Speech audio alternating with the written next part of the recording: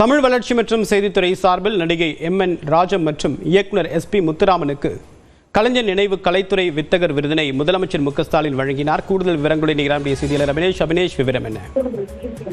தேவப்பிரியன், தமிழ் வளர்ச்சி மற்றும் செய்தித்துறையின் சார்பில் பழம்பெரும் நடிகை திருமதி எம்.என். ராஜம் அவர்களுக்கு 2024ஆம் ஆண்டுக்கான கலைஞர் நினைவு கலைத்துறை வித்தகர் விருது அறிவிக்கப்பட்டது. அதே போல 2025ஆம் ஆண்டுக்கான கலைஞர் நினைவு கலைத்துறை வித்தகர் விருது மூத்த தமிழ் திரைப்பட இயக்குனர் எஸ்.பி. முத்துராமன் அவர்களுக்கு அறிவிக்கப்பட்டிருந்தது.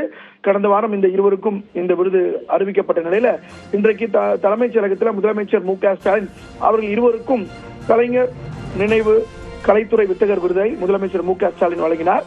குறிப்பாக 2024ஆம் ஆண்டுக்கான அந்த விருதை பழம்பெரும் நடிகை எம்.என். ராஜம் அவர்களுக்கு வழங்கினார். அவர் அவருடைய குடும்பத்தோடு வந்து அந்த விருதினை பெற்றுக்கொண்டார். அதே போல எஸ்.பி. முத்துராமன் 2025ஆம் ஆண்டுக்கான விருது என்பது அவருக்கு வழங்கப்பட்டது.